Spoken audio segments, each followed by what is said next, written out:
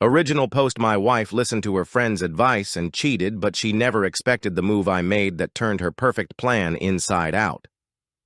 I never thought I'd be the guy writing one of these posts, but here I am. I'm still in shock and not sure if I'm thinking clearly, so I figured I'd get some perspective from strangers because my head is spinning and my heart feels like it's been ripped out. My wife and I have been married for 8 years. We met in college, fell in love fast, and everyone called us the perfect couple. We built a life together from scratch, moved to a new city, bought our first home, and even adopted a dog together before we had kids. We have one little boy, he's 5, and until recently I thought we were building the kind of family I always dreamed of. I thought I knew who she was. I thought I could trust her. But there's one person who's always been a thorn in our marriage. Her best friend, Lisa, not her real name. Lisa has never liked me. From the very beginning, she made little comments about how my wife could do better, or how she shouldn't settle down so young. At first, I brushed it off, because I figured that's just how some friends are, jealous or overly protective. I didn't want to be the insecure husband telling his wife who she could or couldn't be friends with. But over the years, Lisa's influence grew. She's single, bounces from relationship to relationship, and seems to thrive on chaos. Every time she went through a breakup, she'd cling to my wife and drag her out for girls' nights. And every time, my wife would come back acting different, distant, like she was questioning her choices, questioning us. I'll admit, the past year hasn't been easy. We've both been busy with work, raising our son, and juggling responsibilities. I thought that was just the normal ebb and flow of marriage. But instead of working through it together, she seemed to lean more on Lisa. That's when I started noticing changes. She suddenly started dressing up a lot more for girls' nights. Makeup, short dresses, heels, the whole 9 yards. She bought new lingerie, which I thought was for us, until I realized she never wore it around me. Her phone was glued to her hand. She'd step outside to take calls, her screen always tilted away from me. She even started locking her phone, which she'd never done before. I tried to trust her. I kept telling myself I was being paranoid, that if I accused her without proof, I'd just look insecure and push her away. But my gut wouldn't let it go. The breaking point came when she went out with Lisa one Friday night. She said it was just dinner and drinks, but something felt off. So I checked the location of her phone using the family tracking app we'd installed years ago for emergencies. She wasn't at the restaurant she said she was going to. She was at a hotel. My stomach dropped. I stared at the little dot on the screen for hours, hoping it was some kind of glitch, but it wasn't. The next morning, I couldn't stop myself. While she was in the shower, I went through her phone. I know it's a breach of privacy, but at that point, I needed the truth. And I found it. Dozens of messages with some guy. Flirty. Texts, hotel room numbers, even pictures. And here's the kicker. Lisa was the one who introduced them. She literally set up my wife with this man, encouraged her to live a little, and even covered for her during these girls' nights. Reading those messages felt like someone poured acid down my throat. My wife, the woman I trusted, more than anyone in the world, was laughing with her friend about how easy it was to sneak around me. She thought she was being clever, that I was too trusting, too naive to ever figure it out. I can't even describe the mix of emotions I felt. Rage, heartbreak, numbness. But strangely, I didn't explode. Instead, something inside me went cold. I realized if I confronted her right then, she'd just deny, gaslight, or blame me. And I wasn't about to let her or her toxic friends spin the narrative. So I stayed quiet. I took screenshots of everything. Every text, every picture, every hotel booking confirmation. I copied her call logs, bank records, because yes, she used our joint account for some of these dates, and even pulled footage from the doorbell camera showing her sneaking out, in outfits she claimed were for girls' night. I've been acting normal around her for the past week, but inside I feel like I'm living with a stranger. She looks me in the eye and smiles, kisses me goodbye in the morning, tucks our son into bed at night, all while sneaking around with another man because her miserable friend told her she deserved better. And here's where I'm stuck. Part of me wants to confront her right now, throw the evidence in her face, and watch her world crumble. Another part of me wants to wait, to let her dig the hole deeper until there's no way she can climb out. I know she thinks she has this all under control, but she has no idea I already know everything. I'm not sure what my next move should be. Divorce feels inevitable, because how do you come back from this level of betrayal? But we have a child together, and that complicates everything. I don't want to blow up his world without thinking this through, so here I am, typing this out, at 3 a.m., asking Reddit, how do you deal with a spouse who betrays you under someone else's influence? Do I confront her now, or let her trap herself deeper? What's the smartest way to play this when I already hold all the cards, but she thinks she's winning? Update. First of all, thank you to everyone who commented on my original post. I didn't expect so many responses, and reading through them helped me more than I can explain. The general consensus was clear. Don't confront until I'm fully prepared. Secure my position, gather everything I need, and then hit her with the truth when she least expects it. That advice probably saved me from making a rash mistake because my first instinct was to blow up on the spot, so that's what I did. I went quiet. I smiled. I acted like the clueless, trusting husband she thought I was. Meanwhile, I started building my case. The morning after I posted, I called a divorce lawyer. I told him everything and showed him the evidence I already had. He almost laughed at how airtight it was. Texts, photos, call logs, even financial transactions. He told me to keep collecting and to not let her suspect a thing. He also advised me to move certain assets into accounts she couldn't touch, so I did. Within days, my paycheck was rerouted to a new account under my name only. I froze the joint credit card. I also made sure custody arrangements would lean in my favor, because with her reckless behavior and documented infidelity, it wouldn't look good for her. While I was doing all of this, she was walking around the house like she was on top of the world. She'd hum while making coffee, spend hours texting on her phone with that smug little smile, and talk about how free she felt lately. She even said one night, half joking, half serious, that Lisa was right about everything, and that she'd finally started living for herself. I almost laughed in her face. She thought she was being clever, that she had pulled the wool over my eyes. The hardest part of those weeks was pretending to be affectionate, pretending to be clueless, pretending I didn't know she was sneaking out to hotels with some random guy. Every time she kissed me goodnight, I wanted to recoil. Every time she hugged our son in front of me, I wanted to scream at her for tearing our family apart. But I kept my poker face. I wasn't going to let her or Lisa control the narrative. Then came the confrontation. It was a Sunday afternoon. Our son was at my parents' house for the weekend, and it was just the two of us. I told her we needed to talk, and I'll never forget the look on her face. Slight annoyance, like she assumed I was about to bring up something boring or trivial. I started off calm. I asked her if she was happy. She looked at me like I was speaking another language and said, "Of course I am. Why wouldn't I be?" That's when I pulled out my phone and laid it on the table. "Then maybe you can explain this," I said, and opened the first screenshot. Her face drained of color instantly. It was like watching someone get caught stealing in slow motion. She tried to grab the phone out of my hand, but I pulled it back and swiped to the next piece of evidence. One by one, I laid it out. Texts, pictures, hotel reservations, bank statements.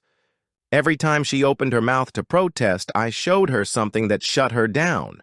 At first, she went for gaslighting. "It's not what it looks like. You're overreacting. You're twisting things." I stayed calm. I didn't yell. I didn't curse. I just let the evidence speak for itself. The more I showed, the less she could deny. Finally, she broke. She dropped the act, put her face in her hands, and started crying. That's when the excuses started. It wasn't me, it was Lisa. She kept telling me to do it. She set me up with him, she pushed me into it. I didn't even want to at first. I'll admit, hearing her throw her best friend under the bus so quickly was almost satisfying. All these years, she'd defended Lisa no matter what. Now, the second she felt the walls closing in, she blamed her. But here's the thing. Nobody forced her to cheat. Lisa didn't make her sneak out to hotels. Lisa didn't make her lie to my face. That was all her. I let her ramble. I let her beg and say she was confused and in a bad place and that she still loved me. Then when she finally stopped talking, I hit her with the bomb. I already filed for divorce. Her head snapped up like I'd slapped her. What? I filed last week. I've got everything I need. Proof of infidelity, financial misconduct, custody arrangements. You thought you were being clever, but I knew the whole time. And just so you know, Lisa's little game backfired on her too. Her boyfriend knows everything. He saw the screenshots of her helping you cheat. So don't expect her to be there for you when this all comes out. The look on her face was indescribable. Shock, rage, fear, all twisted together. For once, she wasn't the one holding the cards. She realized in that moment her perfect plan had completely collapsed. She went through every stage in the span of 5 minutes. First, denial. You can't do this. We can fix it. Then anger. You set me up. You've been spying on me. Then bargaining. Please, we can go to counseling. I'll cut Lisa off. I'll never see him again. But I didn't budge. I just sat there calm as ever and said, this marriage is over. You chose this path. You don't get to undo it because you got caught. By the end of the conversation, she was sobbing on the kitchen floor, and I walked away. That night, I packed a bag and stayed at my parents' house with our son. I haven't spoken to her since except through the lawyer. I don't know what's going to happen next, but I do know this. She underestimated me. She thought I'd be blind, weak, naive. Instead, I've never felt more in control of my own life. And the best part? She still doesn't fully realize how much she's about to lose. I'll update again when the dust settles, but for now I'll leave it here. Her perfect little scheme, built on lies and bad advice, just crumbled into dust. And I didn't have to raise my voice once. Update. 2. It's been a few weeks since my last update, and a lot has happened. Honestly, watching the aftermath unfold has been like sitting in the front row of a play where everyone finally realizes the villain isn't as clever as they thought. My wife thought she had everything figured out, but the dominoes fell faster than she could catch them. I'll start with her downward spiral because that's the part everyone has been asking about. Remember the guy she was cheating with? Let's call him Mark. Well, surprise, surprise. Mark wasn't interested in being anyone's knight in shining armor. He wasn't planning a future with her. He wasn't daydreaming about picking up our son from school or paying bills together. To him, she was just a fling. The second she started talking about leaving her husband and building something real, he bolted. From what I've heard, because yes, word gets around, he stopped responding to her texts almost overnight. She went from sneaking into hotels with him to crying alone in our house when he ghosted her. That hit her harder than she expected. She thought she was trading me, a stable, loyal husband, for excitement. Turns out the excitement wanted nothing to do with her once reality set in. And Lisa? Her loyal partner in crime? The woman who told her she deserved better and encouraged her to cheat? The second things got messy, Lisa backed off. 2. Apparently her own boyfriend, who I mentioned in my last update, dumped her after I passed along the evidence of her meddling. He was furious, and from what I've heard, he kicked her out of his apartment. Suddenly, Lisa wasn't so interested in holding my wife's hand through the wreckage. So now my wife is alone, no fling, no best friend, no husband at home pretending not to notice. Just her and the consequences she built for herself. And here's the part that surprised me. She tried to crawl back almost immediately. She called me one night, late, maybe around midnight, and I answered just to hear what she'd say. She was sobbing, voice cracked, begging me to come home. She said it was all Lisa's fault, that she never really wanted to cheat, and that it was the biggest mistake of her life. She actually had the nerve to say she missed the way I made her feel safe. I let her talk. I didn't yell. I didn't insult her. When she was done, all I said was, "You made your choices. I'm not your backup plan." Then I hung up. It didn't take long for people to find out what happened. I didn't broadcast it, but once Lisa's boyfriend knew, it spread like wildfire. Mutual friends started asking questions. Family members started piecing it together.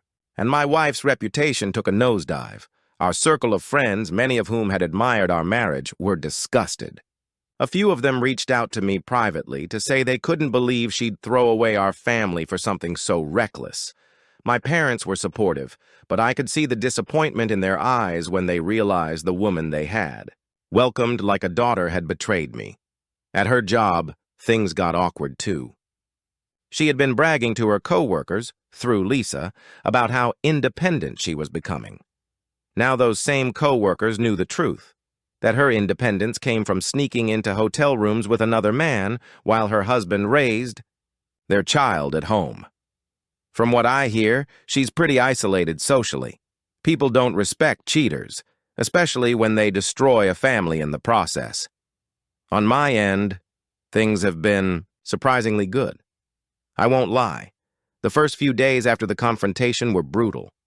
My heart felt heavy, my head was spinning, and I questioned everything. But once I realized I didn't have to carry her betrayal anymore, I started to feel lighter. I've been spending more time with my son. We go to the park, we build Lego sets, we even started a little Saturday morning pancake tradition. He doesn't fully understand what's going on, but I'm determined to protect him from as much of this mess as possible. My lawyer assured me the custody arrangement is in my favor, and I'll fight tooth and nail to make sure my son grows up in a stable environment. I also reconnected with some friends I'd drifted from over the years. Turns out people are more than willing to step up when they see someone rebuilding their life. I started going back to the gym, picked up an old hobby, playing guitar, and for the first time in years, I feel like me again. Not just the husband or the provider, but a man with his own identity. Even at work, people notice the change. One coworker actually told me, "You look lighter these days." Ironic, considering my marriage just collapsed. But it's true. I've been carrying dead weight for years without realizing it. Meanwhile, my wife hasn't stopped trying to reel me back in. She calls, she texts, she sends long emails apologizing, explaining, begging. One message was literally 6 paragraphs about how Lisa manipulated her and Mark took advantage of her vulnerability. Another was just her saying she couldn't sleep without me in the house. I stayed consistent. My responses were short, polite, and firm. "This marriage is over. Please respect the process and communicate through the lawyer." It's like she doesn't understand. She thought she could cry her way back into my arms, that I'd forget the nights she lied to my face while sneaking off to hotels. But every time she tries, I just get more certain I made the right decision. As for Lisa, karma hit her just as hard. After her boyfriend dumped her, she tried running damage control by telling everyone she was just supporting her friend. But nobody bought it. People know she actively pushed my wife into cheating. Apparently, she even tried hooking up with Mark herself once my wife started falling apart. And you guessed it, he ghosted her too. So now, Lisa is single, unemployed. She lost her job after missing too many days, probably while enabling my wife's lies, and couch surfing.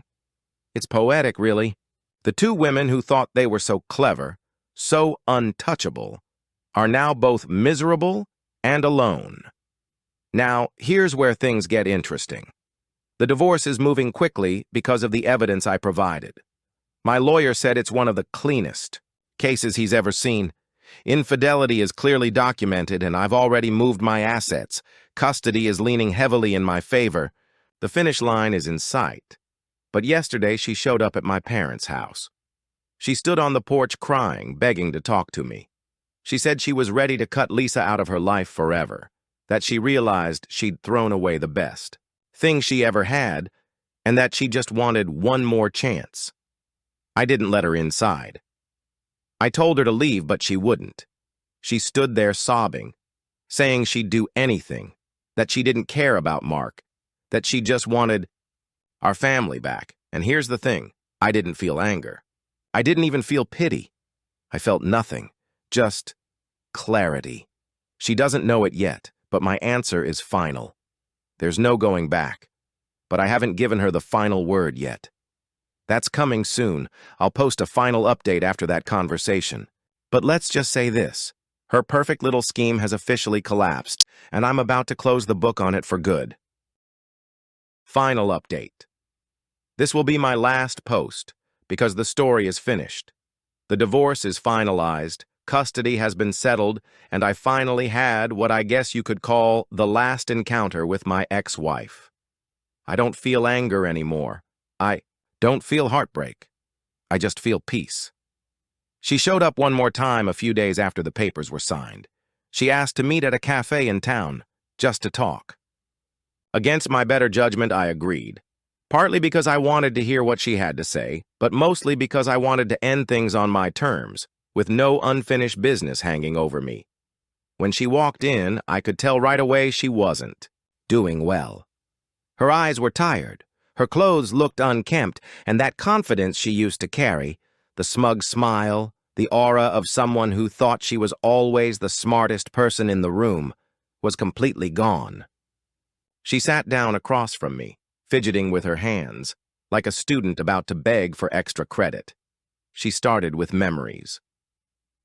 "Do you remember when we first met?" she asked, her voice soft and shaky. "Do you remember our first apartment? How excited we were to buy furniture together? Do you remember when our son was born and you cried harder than I did?" I let her talk. She went on about how we built a beautiful life together and how she lost sight of what really mattered. She said Lisa poisoned her mind, that she listened to the wrong person, that she thought she was missing out on excitement but realized too late that she'd thrown away something solid, something real. Then came the guilt trips.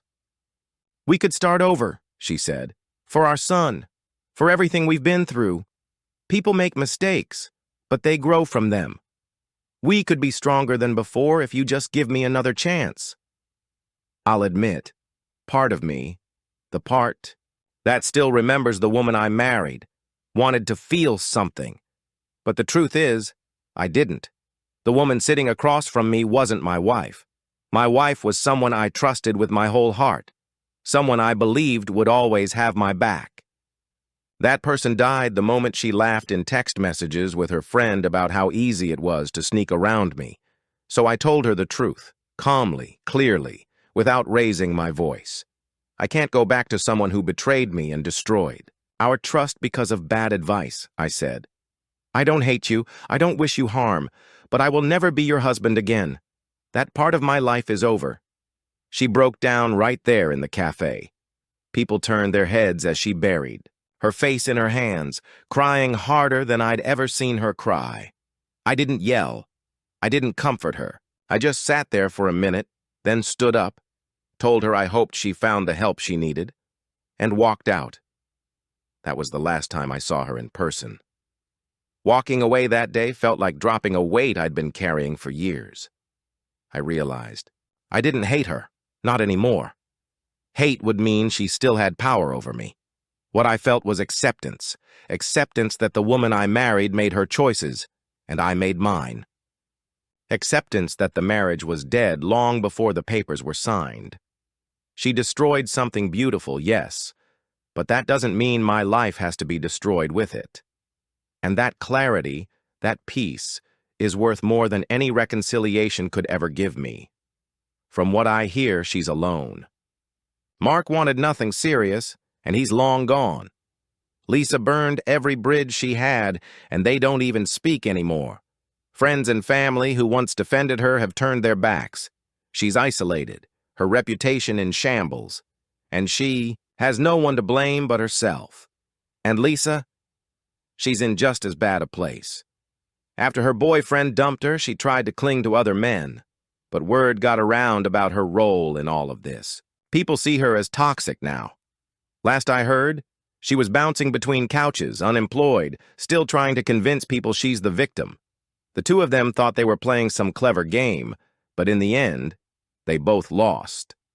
As for me, I'm doing better than I thought I would. I've focused on rebuilding myself, brick by brick. I spend more time with my son, and I'm determined to give him a safe, loving environment where he doesn't have to worry about broken promises or hidden lies. I picked up hobbies I had long abandoned. I started playing guitar again. I'm back, in the gym, and I even joined a local hiking group.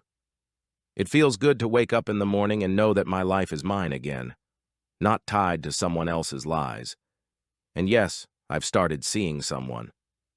It's early, nothing too serious yet, but the difference is night and day. She values honesty. She respects me. She doesn't play games.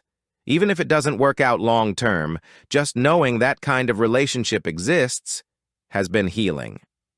The biggest change, though, has been internal. I walk with more confidence. I speak with more certainty. My coworkers, my friends, even my parents have noticed the shift. I'm not the man who got blindsided by betrayal anymore. I'm the man who survived it, learned from it, and came out stronger. If there's one thing I've learned through all of this, it's that toxic people can only ruin your life if you let them. Lisa may have whispered poison in my wife's ear, but at the end of the day, my wife made her own choices. She chose to betray, she chose to lie, she chose to throw away our family. That was on her, and me, I chose to rise. I chose to stay calm, to protect my son, to rebuild instead of wallowing in ashes. I didn't just survive her betrayal. I thrived in spite of it. So to anyone reading this who feels like their world is ending because of a cheating spouse or a toxic influence, it's not the end. It's the beginning of a life where you get to set the terms, where you get to choose peace over chaos, growth over bitterness, and self-respect over desperation. That's where I am now, and that's where I'll stay. This chapter is closed.